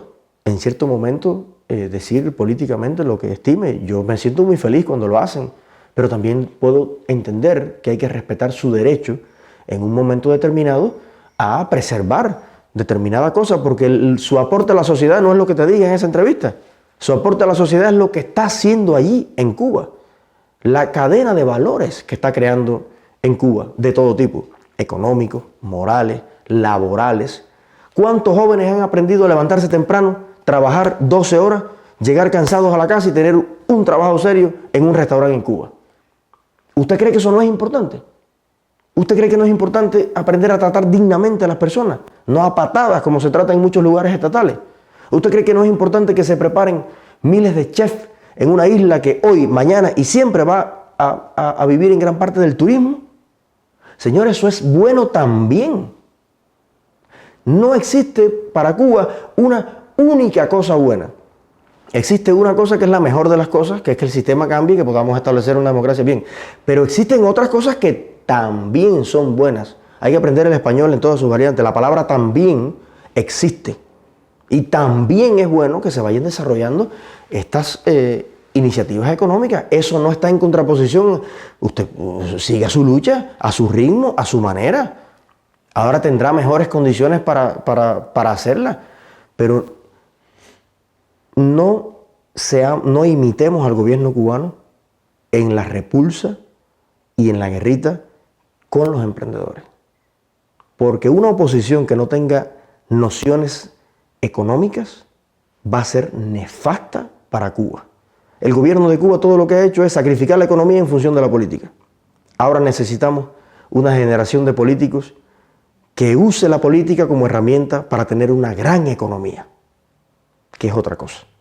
Y eso lo siente la gente, eso lo sabe la gente. Por eso los políticos tenemos que hablar cada vez más de economía y enterarnos y estudiar y saber cómo funcionan las leyes del mercado. Y si un día llegamos a ser dirigentes de algo o representantes de algo, hacer como hacen los gobiernos de los países que más progresan. Andan por todo el mundo con el avión lleno de emprendedores, de empresarios, buscando oportunidades, derribando muros, abriéndole puertas a las oportunidades de sus ciudadanos, que es lo contrario a lo que ha hecho el gobierno comunista, que ha levantado más muros. Donde teníamos visa van y le dicen póngala, donde la habían quitado que la vuelvan a poner, donde valía 100 pesos que la pongan a 400 en Ecuador, porque lo que hace es encerrarnos. Nosotros nuestra filosofía no puede ser la misma, tiene que ser una filosofía de apertura. Tenemos que convertir a cada ciudadano cubano en un ser universal, si es posible. Ahora hablaste de esa sociedad enferma, y se ha hablado del daño antropológico que ha creado la dictadura o que ha causado la dictadura en la sociedad cubana. ¿Tú crees que en algún momento curaremos a la sociedad de ese pequeño dictador que tenemos todos dentro, de ese pequeño Fidel Castro, de ese dedito acusatorio a todo el que no piense igual que nosotros? Yo puedo estar de acuerdo o en desacuerdo con ciertas y determinadas cosas de las que tú acabas de decir, pero eso no te convierte ni en mi enemigo ni en mi amigo. Simplemente te convierte en una persona que escucho y que con la que coincido en algunas cosas y en otras no. La sociedad cubana, tanto en Cuba como fuera de Cuba, de hecho creo que más fuera de Cuba que dentro de Cuba, tiene esta costumbre de todo el que no piensa igual que yo es mi enemigo mortal. ¿Existe una manera, tú que eres un estudioso de la política y de la sociedad, más que yo en última instancia, existe una manera de curar esa enfermedad? Yo no lo he logrado. No lo he logrado ni en mí, completamente. Yo creo que hoy soy 70% más tolerante de lo que era hace 10 años, cuando empecé en este mundo. Pero todavía hay cosas que descubro en mí mismo que me molestan demasiado, que juzgo demasiado, que no tengo la paciencia de esperar y de entender y de ponerme. Entonces, si eso me pasa a mí, asumo que le pasará a mucha gente por mucho tiempo. Pero yo he avanzado en ese camino. Y nuestro equipo de trabajo, yo creo que todos hemos mejorado en eso.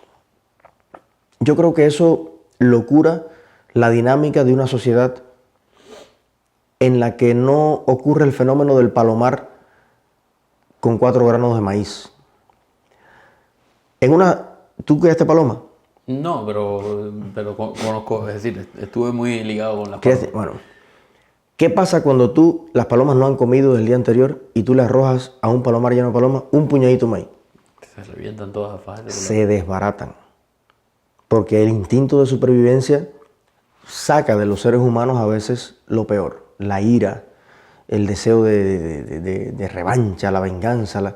Porque siempre tenemos la idea de que hay un pastel y si tú coges una parte más grande de ese pastel me estás quitando a mí. Siempre, si tú sales bien, yo tengo que salir mal, en un negocio, en lo que sea.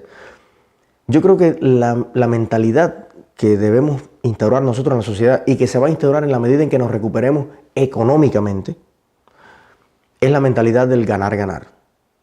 Yo puedo ganar sin que tú tengas que perder. Y tú puedes ganar sin que me tengas que joder. Incluso políticamente. Si tu partido gobierna y yo cogí 30 diputados, a lo mejor eso no es una mala noticia del todo. A lo mejor debo mirar la copa medio llena y decir, caramba, estoy ya en el Parlamento, estoy en una representación también, puedo aportar mi granito de arena.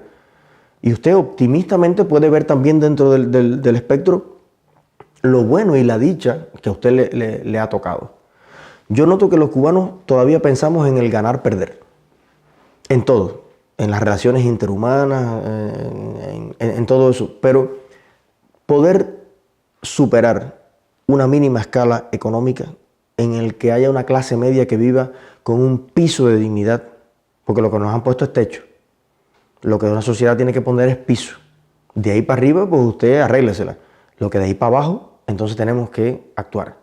Entonces, si logramos tener un piso de dignidad, la gente no tiene que lucharse esa librita de azúcar, el pedacito de carne, de todas esas miserias humanas que luego se expresan en la manera de ser de las personas. Vamos a empezar a tener relaciones más saludables. Y eso se va a reflejar en la política, en la educación, en todo lo demás. Por eso repito, cualquier recuperación de la que hablemos, que eso es una recuperación de valores, va a pasar por una recuperación económica importante. No hay nada más político que la economía.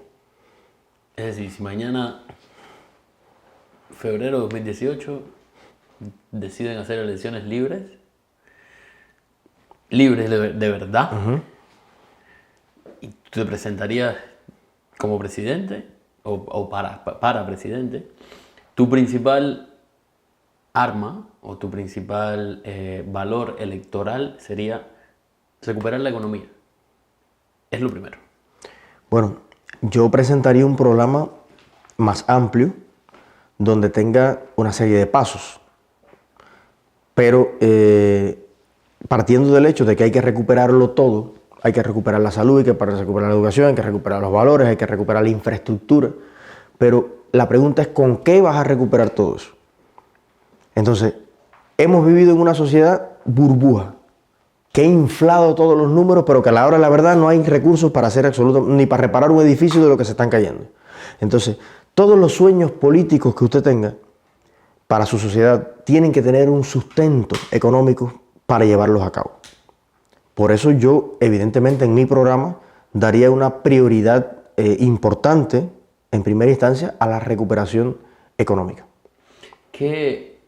¿En qué vertiente política, no sé si esa es la palabra, ubicarías tú tu propuesta? Izquierda, derecha, centro democrático, no sé, hay miles de formas de llamarlo. ¿Dónde te ubicarías tú? Yo soy de centro y a veces me levanto un poquito centro derecha, pero generalmente tiendo al centro, porque depende. A veces cuando veo algún discurso de la extrema derecha,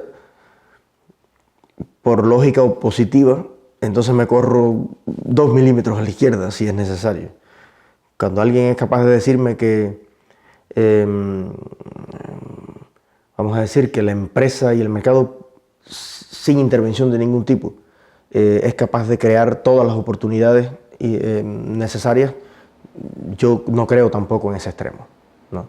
Yo creo que indiscutiblemente la igualdad de oportunidades pasa por una igualdad de posibilidades, y el Estado le corresponde a los menos favorecidos tratar por todos los medios de insertarlo a ese motor de desarrollo, y por tanto siempre van a hacer falta políticas públicas, siempre van a hacer falta preocuparse profundamente por la educación, por la cultura y por el acceso al trabajo de todas las comunidades, hasta la más pequeñita que tenga el país, y el Estado, en definitiva, aunque ese sector, ese barrio, ese pueblo no sea importante para determinada transnacional, para el Estado siempre tendrá que serlo. Y por eso en ese minuto, si yo te digo eso, me dirán, tú eres un izquierdoso, ¿no? Pero luego viene el izquierdoso y me dice en una conversación que no, pero todos los pesos todo tiene que resolverlo el Estado. Entonces ahí me pongo un poquito, tú sabes, me corro un poquito al otro lado y te digo, no, las propias comunidades y las personas y las familias tienen también una responsabilidad, un por ciento, más del 50%. El 80% de la responsabilidad es personal. Y ahí me dirán entonces, pero te fuiste para la derecha. No, yo creo que lo que debemos hacer es quitarnos las barreras mentales y analizar cada problema objetivamente y buscarle una solución, no importa si está un poquito más pacadita o más payadita, como dicen algunos guajiros allá de mi barrio. Lo importante es buscarle la solución más justa y más digna al fenómeno, porque a veces si te pones unas gafas de un solo color, terminas viendo tan mal como el que tiene el otro extremo, ¿no? Y yo creo que estar en el centro de eso te da esa flexibilidad política que yo me siento más cómodo practicándola. Es decir, tú estás más, si lo fuéramos a ubicar, más por el capitalismo europeo, por ejemplo, de algunos países de Europa, España, ese tipo de capitalismo donde el Estado todavía forma parte de la sociedad, que por este capitalismo americano salvaje, donde todo está manejado por la propiedad privada, por los empresarios. Yo creo que, bueno, la respuesta es sí, Sí. pero también me parece que Estados Unidos cada vez tiene menos ese capitalismo tan salvaje. A mí, antes, y el Estado en Estados Unidos y el programa de Donald Trump es un programa estatista totalmente. O sea, fortalecimiento de fronteras, seguridad nacional, autonomía, traer las empresas para Estados Unidos, o sea, nacionalismo económico. O sea, todo el programa de Trump, aunque mucha gente lo sitúa en la extrema derecha, es un programa estatista, realmente, recuperación de las fuerzas del Estado en determinados fenómenos. Pero una cosa importante es que a mí en Cuba hay un dicho que tú seguro lo oíste muchas veces, que es que en Estados Unidos nadie te regala nada. No es verdad. No es verdad. En Estados Unidos las personas que tienen pocas o ninguna posibilidades, no solo de nuestros países, sino también de los propios nacidos aquí, yo he descubierto que tienen miles de posibilidades. Y hay muchas personas en este capitalismo que tan salvaje se le llama, que después de jubilarse con 70 años, dedican 20 años más de trabajo voluntariamente un médico en una clínica sin cobrar un kilo, atendiendo a personas de bajos recursos, sin cobrarle nada. Aquí se puede también acceder a cursos de superación de muchísimas cosas, a becas. Este país tiene un sistema de premio para el talento y para el esfuerzo y para la constancia que no la tienen muchos países que se venden como socialistas, que no las tiene Cuba. Te lo puedo afirmar con conocimiento de causa. Y de hecho, me impresionó ir a una biblioteca pública de este país, en cualquier estado. Cuando vi todos los programas que tenía gratuitamente para la comunidad, una biblioteca pública con fondos públicos, yo dije, wow. A mí me habían dicho que donde único usted podía ir a aprender computación básica, PowerPoint, programación, diseño web, eran los Joven Club en Cuba. Eso está inventado hace siglos. Y usted puede ir allí y aprender inglés, y aprender francés, y aprender alemán, y coordinan charlas entre personas emigrantes de varias nacionalidades, etnias, de todo, no solo para buscar convivencia, interrelación cultural, sino para que practiquen el idioma, para que busquen foros y oportunidades de trabajo. Todo eso gratuitamente. Entonces, yo siento que el capitalismo en el mundo entero, nosotros nos quedamos en la visión de la Guerra Fría, del capitalismo, y yo creo que en los últimos 30 años todos los países han evolucionado hacia un sistema que es capaz de proveer un mercado competitivo para que el desarrollo y el avance llegue a través de esa competencia, de esa creatividad, la calidad, bajen los precios, pero también se ha dado cuenta de que para que eso funcione es necesaria la integración social, académica, profesional, de la mayor cantidad de personas posible. Solo así crearemos un medio ambiente sano para que nuestros hijos corran libres por toda nuestra comunidad, no como en algunos países centroamericanos donde usted puede ser próspero económicamente, pero tiene la casa rodeada de una alambrada con corriente, porque si su hijo pone un pie afuera, entonces todas esas comunidades que han sido menos favorecidas durante muchos años, lo que han traído es una cantidad de delincuencia, de violencia, que ni los ricos pueden vivir tranquilos. Entonces la mejor inversión que pueden hacer los ricos y la mejor inversión que pueden hacer las élites que dominan los países es el progreso integral de su gente. Mira, no es un acto de bondad contra los pobres o a favor de los pobres o de las etnias nativas, no. Para favorecerse ellos mismos incluso, para poder respirar todos un mejor aire.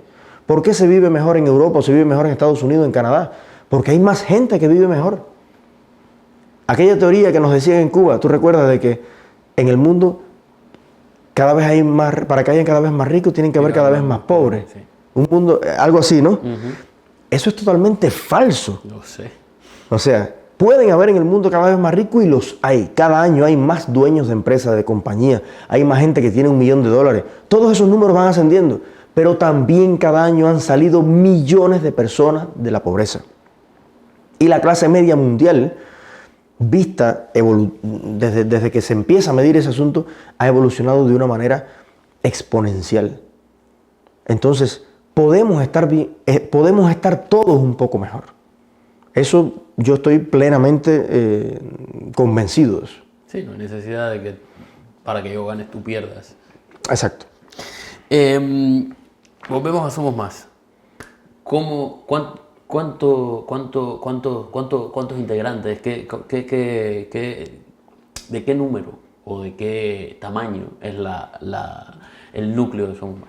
Bueno, a mí siempre esa pregunta me da mucha gracia porque en democracia las organizaciones incluso tienen sus políticas de privacidad, de muchas cosas, pero en dictadura, cuando usted está en una organización clandestina, ilegal, donde te detienen, te apresan, te botan del trabajo, te decomisan tus cosas, a mí el pedir que la gente publique la lista de los miembros exactos con su nombre, correo, cuántos son, de dónde son, de qué provincia, 20 de La Habana, 30 de... A mí me parece básicamente casi un absurdo. No, pero no es eso lo que te quiero decir. Pero bueno, pero te digo, porque en realidad respondiéndote a ti estoy respondiendo a mucha gente que a veces exige cosas que son completos absurdos. Somos Más tiene una cantidad de miembros que no quieren estar contados en ningún lado, que simplemente quieren poner su aporte y seguirlo haciendo con un perfil y que nadie los publique, que es tremendo. Ahora, te voy a dar el número mío y después te voy a dar el número de nuestros detractores. Yo creo que son las cifras más confiables. Yeah. El número mío, somos 4 gatos. Los 4 mejores gatos que pudimos reunir. Porque esto no es tarea de masas, esto no es para todo el mundo. Esta candela es para poquito. No porque yo quisiera que fueran 5 millones, ya hubiéramos cambiado Cuba. Pero no es culpa mía, la propuesta está ahí, las ideas están ahí. La vida nos ha demostrado que millones de personas piensan como nosotros. ¿Por qué no se unen al movimiento? Habría que encuestarlas. Seguramente le temen a muchas cosas, ¿no? Pero en la vida real, aunque usted tenga cientos de miembros como los tiene Somos Más en plantilla, cada vez que usted necesita hacer algo sólido, fuerte, que va a contar con todo el mundo, los que te pueden seguir son 10. Esa es la verdad, es la franca realidad. Usted se mueve todos los días con un pequeño grupito de personas que son los constantes, son los que arriesgan el máximo. Lo demás es plantilla, está ahí. Hay veces que resucita uno que hace 7 meses no sabíamos y dice, ay caramba, mira, voy a escribir este artículo, voy a hacer... Después se vuelve a desaparecer 7 meses más. Ahora, los constantes son muy poquitos. Según nuestros detractores, tenemos 30 y pico, 40 y pico miembros plenos en Cuba y 100 y pico en el exterior. Quédate con esas cifras si quieres, que ya están bastante malsanamente expresadas, pero a mí me da igual eso. Yo no soy una persona, yo no gano nada, sean más o sean menos. Yo quisiera que fuera todo a Cuba, ¿ok? Ahora, tampoco me gusta que nosotros copiemos del sistema ese vicio de estar inflando las estadísticas todo el tiempo, porque eso trae mucha confusión. Usted ve a veces cualquier movimiento que le pregunta ¿cuántos son? Y le dice, nosotros somos 5,000. No, sácalos a la cabeza. No he visto 5,000 personas en ningún lugar. Mira, a ver, ¿no? Yo honestamente tengo que decir, en honor a la verdad, que no hay una cola en la puerta de mi casa que le dé 3 vueltas a la manzana para la gente inscribirse en Somos Más. No es cierto. Y cada miembro que hemos tenido, lo hemos tenido luchado, sangreado, sentándonos, perdiendo yo, personalmente, días de sentarme con una persona a convencerlo. Bueno, Eliezer, pero tú crees que me cuesta sangre conseguir un miembro de Somos Más. Por eso nos sentimos tan orgullosos de los que tenemos, de las buenas personas que tenemos y hemos reunido, y que para mí va a seguir siendo el mejor equipo profesional, intelectual y político que yo haya trabajado en toda mi vida. Es un honor, es un privilegio enorme, no sé si merecido, que yo haya podido dirigir estos 4 años a tan buenas personas, que no han sido muchas. Sí. Cada vez que me das una respuesta se me ocurren 50 preguntas más, pero no quiero abusar de tu tiempo. Déjame hacer 2 o 3 preguntitas, es decir, no las voy a hacer juntas, pero bueno, déjame. El rapidágil. Sí, ¿qué debería tener o con qué actitudes debería contar una persona para ser miembro de Somos Más? De los que tú luchas, de los que tú quieres que sean miembros de Somos Más. Bueno, yo creo que las personas que aportan higiene y salud a la organización, las personas que aportan trabajo, creatividad, tiempo y baja conflictividad. Esto para Somos Más y para cualquier empresa en el mundo. Somos Más es una empresa, no es profit, pero es una empresa, es un proyecto. Y cuando usted va a hacer una entrevista para trabajar en Amazon, usted tiene que llenar una cantidad de formularios psicológicos en la que ellos le buscan cómo usted reacciona ante esto, aquello, usted tal. Y es buscando personas de alta productividad y mínima conflictividad. Lo que nos ha pasado es que somos tan abiertos y tan democráticos en eso que hemos incorporado una cantidad de personas tremendas que aportan alta conflictividad y baja productividad. De hecho, hay personas que lo único que han aportado es su conflictividad. Conflictividad me refiero a que cuando usted intenta hacer cualquier trabajo en equipo, está claro que van a haber desacuerdos, van a haber diferentes opiniones, pero hay personas que no saben lidiar con eso. Y entonces enseguida van a la ira, se explotan, van a Facebook o van a otras plataformas y entonces las preguntas que no las hace usted en una reunión que tiene que hacer, va y se las hace a Zuckerberg, que no me conoce a mí, ni a Somos Más, ni tiene idea del asunto. Entonces lo que usted pretende es, con su persona, siempre estar llamando la atención, ser una especie de Juana Bacallao de la oposición y que se sepan, una pila de campanas, yo estoy aquí, mírenme, ¿no? Yo creo problemas, creo conflictos en todos lados, pero sobrevivo en la opinión pública, ¿no? Y yo creo que eso es muy jodido y eso nos hace mucho daño. Entonces, las personas que más han aportado al movimiento, si usted revisa en internet probablemente no encuentre ni su nombre. Son personas modestas, sencillas, que hacen lo que tienen que hacer en un momento determinado, que tienen un equilibrio en su vida, en sus negocios, en sus familias, porque nadie vive de Somos Más. Los miembros de Somos Más son de todo, o sea, en la sociedad, y esta es su participación política. Pero yo creo que las personas que deseáramos tener es personas así, que sepan trabajar en equipo, que tengan un carácter fácil, que tú puedas ponerte de acuerdo con ellos y que no exploten y armen un caos de cualquier cosa. Y hemos encontrado muchos y los tenemos. Entonces, en el futuro lo que les voy a recomendar a todos los presidentes de Somos Más que hayan, que me pregunten mi criterio, es que sean todavía más estrictos de lo que he sido yo, que me han tildado de elitista y todo eso, porque Somos Más, yo creo que somos los únicos que tenemos una especie de parámetros, ¿no? Lo que no podemos es chequearlos, no podemos investigar a nadie, pero que sean mucho más estrictos en la selección, no solo de los miembros del movimiento, sino también de las personas que están en su entorno inmediato de trabajo, para que pueda estar mucho más desintoxicado de determinadas prácticas que terminan echando por tierra el trabajo de muchas personas y de muchos años con un fin que todavía no se sabe cuál es. O sea, está bien, esto está jodido, pero ¿tú vas a hacer una propuesta mejor? Porque si es así, me arrodillo a tus pies y los beso. Porque lo que yo quiero es que la libertad de Cuba llegue, no necesariamente de mi mano. Si llega de la tuya, me parecería excelente. Pero no destruyas algo imperfecto para cambiarlo por nada. Porque estás dejándonos más desprovistos de lo que estábamos antes, más desesperanzados. Estás dejando un peor criterio en la gente, un desánimo, menos deseos de participar en todo, ¿no? Tenemos 1.000.000 de defectos, de problemas, pero solo los podemos arreglar si nos mantenemos ahí. Si el proyecto desaparece, no hay nada que arreglar. Si mañana nos despertamos y Raúl le dio una cosa y dijo, vamos a hacer elecciones libres de verdad, ¿tú crees que habría la libertad, y valga la repetición, en el pueblo para elegir candidatos poco conocidos o opciones donde no existe la seguridad, es decir, aquel viejo refrán de es mejor malo conocido que bueno por conocer. ¿Crees que el pueblo cubano tenga la capacidad de ver más allá de lo que hay ahora? No lo sé, pero espero que sí. Y tampoco creo que... Dicen por ahí que el peor enemigo de lo bueno es lo perfecto. Yo creo que a veces tenemos demasiadas expectativas de ese cambio y de ese inicio.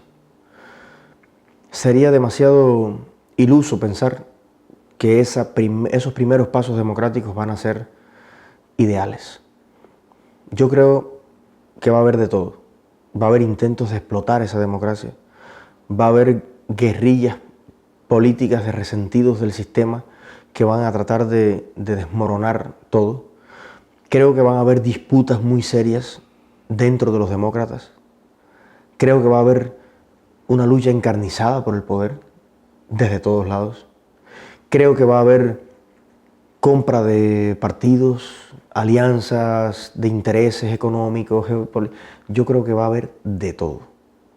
Pero tengo la esperanza que dentro de ese contexto tan complejo, la nación cubana, con la fortaleza de las raíces fundacionales que tiene, que fueron aquellos negros criollos que desearon ser libres y ser prósperos, sin que nadie les impusiera lo que tenían que hacer, ese corazón cimarrón que todavía creo que llevamos dentro, nos va a salvar de esa barbarie en un momento determinado y vamos a salir adelante.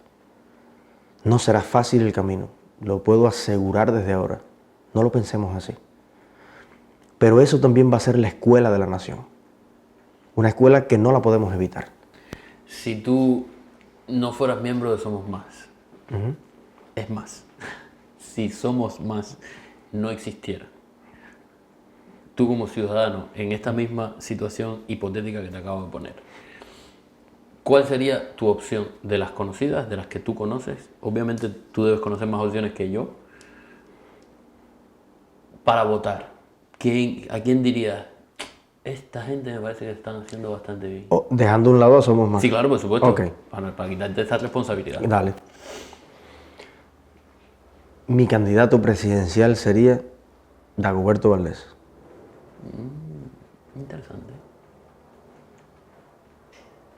Interesante. Una vez hicimos ese ejercicio, varios amigos. Estaba Joan y Reinaldo, el pastor Mario Félix, mucha gente buena. Y nos entretuvimos un rato buscando, bueno, cómo debería ser, primero cómo debería ser para después ver quién se le ajusta, ¿no? El presidente de la transición.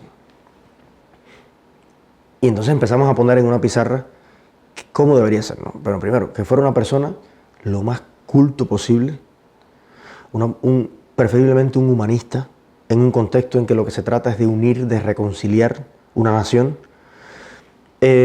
una persona tolerante, de valores sólidos, una persona respetada por la inmensa mayoría de la gente, con una trayectoria indiscutible, que no fuera ni tan viejo ni tan joven. En fin, hicimos un currículo ahí y de todas las propuestas el que más se le ajustaba era esa persona a la que quiero y admiro como un padre, que es Dagoberto Valdés. Un hombre que ha sostenido un proyecto que no es de los más mediáticos, no es de los proyectos de más ranking en Facebook, pero es de los proyectos que más arraigo ciudadano, comunitario y de la tierra ha tenido en Cuba, que es el proyecto Convivencia. Una revista que ha alumbrado el camino de tantas cosas y de tanta gente. Y entonces, para mí, si me preguntas por una propuesta, con los ojos cerrados, porque entiendo que hay que confiar en alguien. Una nación no se puede edificar sobre la eterna desconfianza. Tenemos que darnos el derecho de equivocarnos. Si ponemos un presidente que no lo hace bien, ¿cómo se resuelve eso? Con elecciones. Con elecciones y poniendo otro. No podemos aspirar a ser el único país en el que todos nuestros presidentes son perfectos después de haber vivido 60 años de dictadura. ¿De dónde va a salir el presidente? De ese país. de nuestro país. El país que ha sido dañado antropológica, moral, ética, ha sido prácticamente destruido. Por tanto, no le podemos pedir que todos los políticos que van a hacer la transición sean políticos perfectos. De hecho, ¿qué es un político perfecto? Si cada político depende del gusto de quien lo elige. El que es perfecto para uno es imperfecto para el otro. Trump es perfecto para mucha gente y es el diablo para otros. Entonces, ese modelo que a veces nos encaprichamos en tener simplemente nos aleja de la realidad objetiva por la que estamos luchando. Alguien tiene que ser, tratemos de que sea el mejor de los que tenemos disponibles. ¿Cuál crees que sea, y ahora te voy a preguntar, el candidato de la competencia? Es decir, de esto que hay ahora, Mariela Castro, Díaz-Canel, Castro Espín, Alejandro, ¿no? Alejandro Castro Espín, ¿sí? O el Cangrejo, o uno que saquen ellos de abajo de la manga. ¿Con qué tú crees que se va a presentar la dictadura ahora en el 2018? Hay dos escenarios. Ojalá el escenario fuera un escenario competitivo, justo. En ese escenario yo prefiriera a Alejandro. ¿En serio? Sí, creo que no duraría el primer debate. Ya. Yo prefiero que pongan al militar más rancio que tengan, el de menos carisma, el de menos trayectoria y vocación de servicio público, y uno de ellos es Alejandro. El escenario probable que se va a dar es un escenario no de elecciones, sino de una transición, al menos inmediata, de una sucesión de poder. Y ahí la verdad es que tienen muy poco de dónde escoger, precisamente porque el miedo al liderazgo ajeno los ha llevado a dirigir el país por más de 50 años sin darle demasiada visibilidad política a nadie. Y ahora no hayan a quién escoger porque no confían en nadie. Fíjate que todo el que tuvo una visibilidad prominente en un momento determinado terminaron chapeándole la cabeza en algún momento. O sea, Fidel no permitía, yo cuando pienso en esa faceta de Fidel me acuerdo de Antolín el Pichón, que tiene el programa este, el que me haga sombra, se va. No como en Somos Más, que además nadie se va. La gente se queda trabajando, pero le da la oportunidad también a otro de que maneje, ¿no? Oye, maneja tú y así yo me leo una revista y tengo, porque esto es una obra de todos. Ellos nunca lo entendieron así. Ellos veían un peligro de muerte en cada persona a la que le daban cierta visibilidad. Así le pasó a Robaina, a Roque, a Hassan, a Otto Ríos, a todos los que han pasado por ahí. Entonces ahora tienen un problema. Y es que solo confían plenamente en los héroes de guerra, que todos tienen más de 80 años. Y a Díaz-Canel lo ponen de momento, le dan un poquito de visibilidad, después lo quitan, después no lo mencionan en el Granma, después sí lo mencionan, después tal. Entonces, honestamente yo creo que ellos tienen un caos armado ahora mismo adentro, que no acaban de decidirse de qué es lo que van a hacer. Ellos tienen menos opciones que la oposición. La oposición tenemos más personas de dónde escoger que ellos. Ya voy a terminar y te voy a dar la oportunidad de que tú Dale. seas dueño de la cámara y que dejes el mensaje que tú quieras como probablemente, posiblemente, futuro candidato para la presidencia, un ministerio o como en última instancia, como una persona que quiere cambiar Cuba. Ah, ya. Sí, sí. Me voy a hacer otra pregunta. Bueno, aprovechando que estoy aquí en cámara, no quiero irme sin mandar un saludo al Yarey de Vázquez, a la Resbalosa, a la Veguita, a la Cañona, a Piedra Hueca, a Maniabón, a Puerto Padre, a todos mis campitos de gente tan linda y tan grande y tan profunda de corazón y de espíritu, sin las cuales yo hoy no estaría aquí, no sería la persona que soy. Y de verdad les quiero dar las gracias a todos ustedes, a los guajiros que todos los días desde los campos cubanos y de sol a sol mantienen sobre sus hombros la supervivencia de nuestra nación. Mi mensaje es solamente uno: no se dejen quitar las ganas por nadie, ni por el gobierno de Estados Unidos, ni por el gobierno de Cuba, ni por las aves de mal agüero, ni por los pesimistas. Yo creo que vivir en este mundo es un privilegio que nos da, no sé si Dios o cualquier fuerza divina que hay por ahí, pero lo cierto es que la vida es un gran privilegio. Y vivirla, a mi juicio, solo tiene sentido para luchar por llegar más allá de lo que hemos alcanzado, familiarmente, económicamente y, por supuesto, políticamente. Eso es lo que da sentido a mi vida y es lo que hace que sienta cierta felicidad cuando pongo la cabeza en la almohada, a pesar de tantas derrotas, de tantos fracasos que he tenido, y es lo que también les recomiendo a todos los cubanos. Tengan un proyecto, luchen por sacarlo adelante, y eso, si al final resulta que no lo lográramos, por lo menos tendremos el orgullo de haber luchado con todo nuestro corazón y también tendremos al menos las historias que contarle a nuestros nietos cuando solo nos quede balancearnos en un balance y mirar la obra que hemos construido. Un beso y un abrazo a todos y seguimos luchando. Muchísimas gracias, Eliezer, por este tiempo. A ustedes los invito a que sigan conectados con Sobrevivir en Miami. Recuerden que esto es un espacio que se transmite todos los jueves por el Facebook Live de Cuba en Miami y que está patrocinado por Jolie Plastic Surgery. Muchísimas gracias y muchísima suerte. Muchas gracias, hermano.